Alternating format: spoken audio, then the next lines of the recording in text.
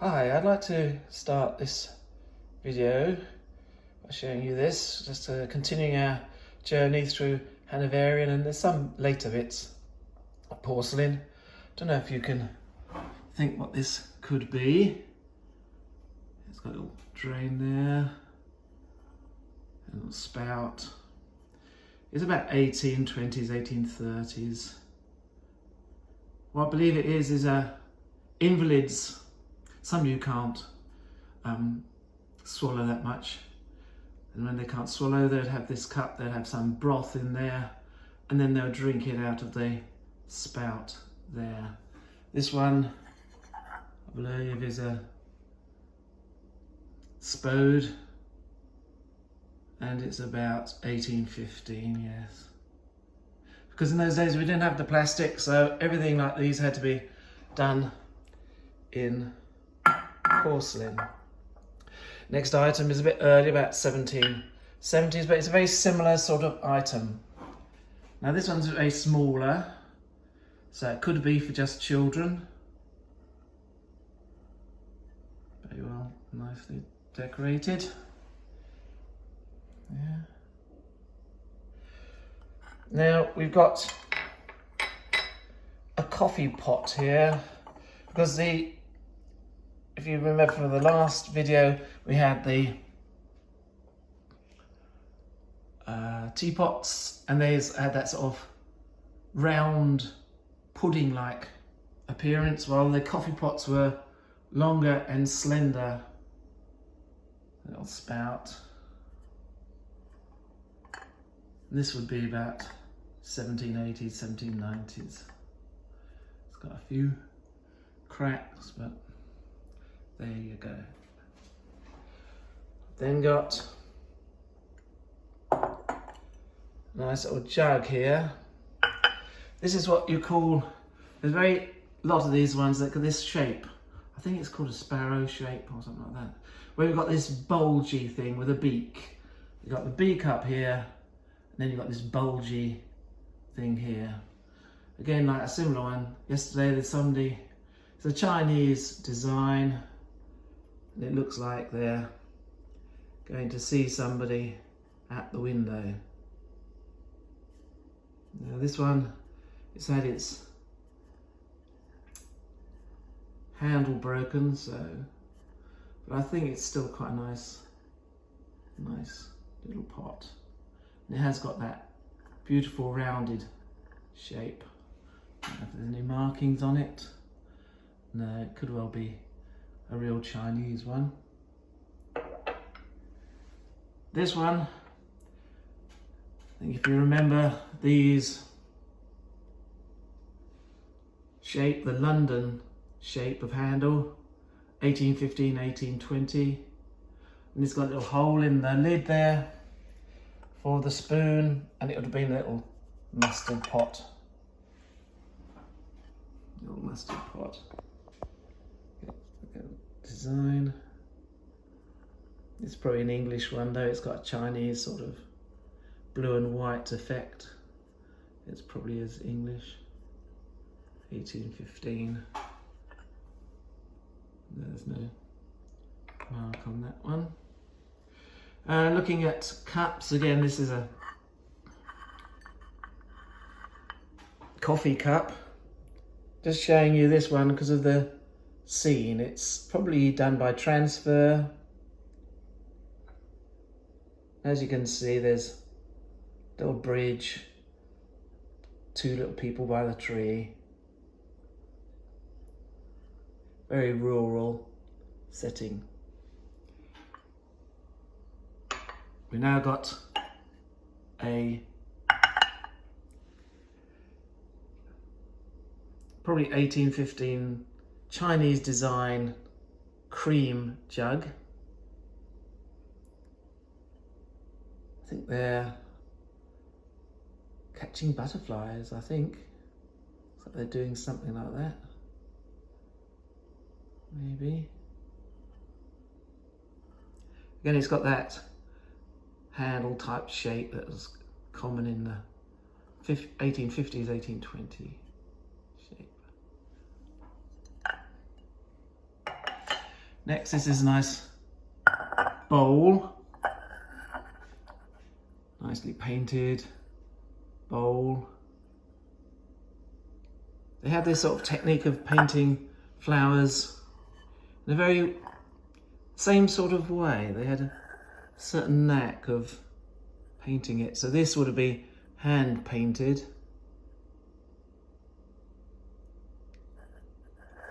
Nice bowl, quite a big one.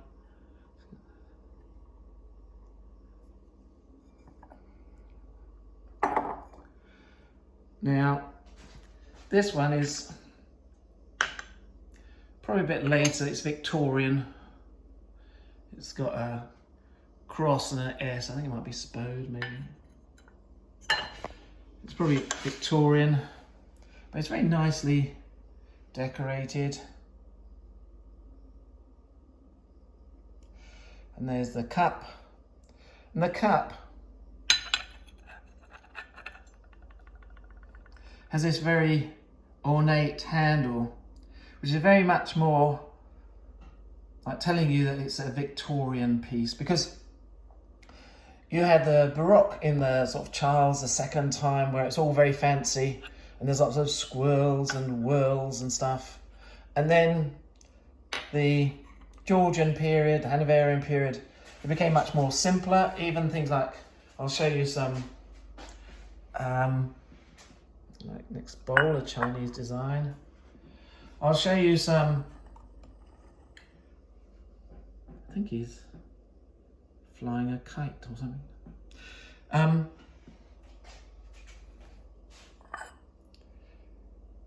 was just going after a bee, or butterfly, running after a butterfly. And then the Georgian period, it was much more simple. They get simple, straight lines, and it wasn't all that decoration. And then you get the Victorians, where they go back into this lots of, I don't know what that is she's got there. I'm just going to beat him. You got lots of squirrels again. It became a more fussy. This one is, I think it's about 1830s, transferred printed, but I'll show it to you because it's a nice design. It's very simple. And you've got those flowers, which are, what are they? Ooh, they're climbers. And they give out a little fruit at the end of it. Like passion fruit. Oh, it's a passion flower, that's what it is. A passion flower. And it's got a nice little peacock in the middle there. And there you have the cup to go with it. Again, you've got the peacock. And you can see it's a bit later because they got that ridge in the middle to hold the cup. The early ones, they didn't have that, so the cup could easily slide around. So it was more for people who are sitting down to take their coffee or tea. Here's a plate. It is the fish. On the back, it has got, let's get that focused nicely. Back it out the light.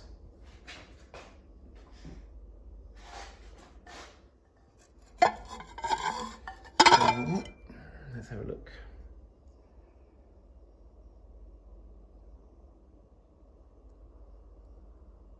I've got my daughter here. She's good at camera work. I'm not very good at that.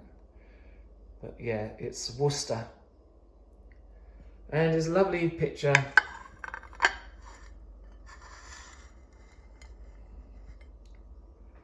Of a fish. Now, what is that? Fish. Is that a bream? It's a freshwater fish, I believe. But it's a lovely painting. Look at that painting on there. See if I can get a bit closer to the detail. I don't know if it'll focus. Oh, there we go. A bit more focus. There's another fish going off into the distance. Now, a couple of other later items, well, this one's probably about from his cut of his jacket.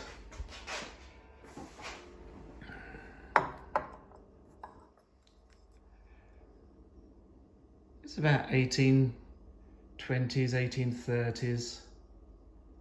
And it's the time when there was this anti-drinking, because the drinking in the Hanoverian period was rife, and you had all this gin was very cheap, and you got these people, and you got Hogarth doing all these prints of all these woman so drunk that she's dropping her baby onto the floor. And so there was a reaction to that with these sort of thing. Sobriety brings firm as an oak, domestic comfort. And then it has, be thou faithful unto death, sorry. And then you got industry, feeding, plenty or freedom, health, wealth, and wisdom. And you got, so it must be a church thing, because it's got a IHS of a Christian symbol. And you got two little children down there. It's to stop people from drinking, coming back, and then beating up the wife and the kids, which I'm afraid was quite often the case, because their lives were hard. They didn't have YouTube and things to make their lives interesting. Theirs was a hard life, except if you're in the higher echelons. Now this is a later plate, but I thought I'd show it to you because it's of some interest to people. Now, does anybody know what that symbol is for? I'll just go and show this one, because I think most people should know this one. So that's the British symbol. And that one is the emblem of the Savoy. That is the North Italy sort of French side. So, and it was from here that you got the growth of the United Italy. But that one didn't happen until the 60s and 70s, so that was before that time. And you've got people digging away at trenches and a basket. Let's have a look, see what you got there. And it is Ouverture de la Palamele. And I believe it is a dugout. And up here it is to do with Sebastopol, the siege of Sebastopol. Got somebody out there looking, and the guns going off. Siege of Sebastopol. So if everybody said, oh yes, that's the Crimean War, well done. So the main antagonists in this it was mainly due to a conflict over the holy sites in the Middle East, and who was supposed to look after the Christians. Now, in the Balkans, Russia had always been seen as the defender of Christians in the Balkans, and they wanted to become defender of the Christians in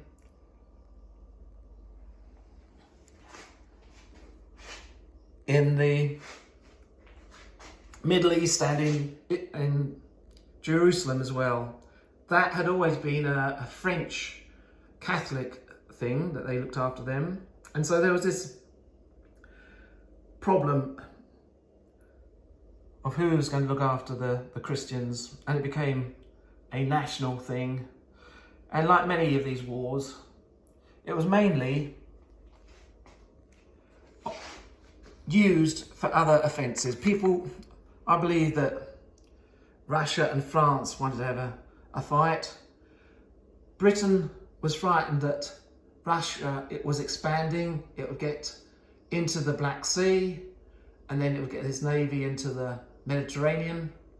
Also, Britain and Russia were at loggerheads over Afghanistan, and Britain was frightened that Russia would interfere in its colonies, especially in India, and that included Pakistan in those days. So there was a lot of already tension between everybody. Turkey at that time was starting to fall apart. It had not modernised as much as all the other countries in the West. It was falling down. It was becoming much more old-fashioned, as we would say. It didn't have the capacity to fight these wars anymore. It was losing territory to the Russians. The Russians were expanding.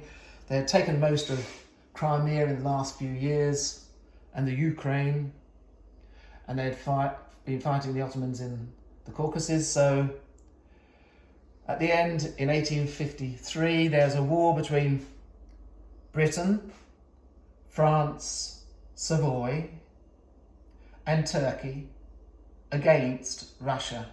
They invaded the Crimea, and then you had the charge of the Light Brigade, and it was the same sort of time as the similar time to the American Civil War. It was a time when warfare was becoming industrialized. It was not so much about great bodies of troops going forward, because they would be destroyed by the new types of guns. And so you couldn't have these sort of Waterloo days where you had huge columns of men just marching forward, because you just get these modern rifles, modern cannons, you'd be blown to bits. But again, they would say you're always fighting the last war.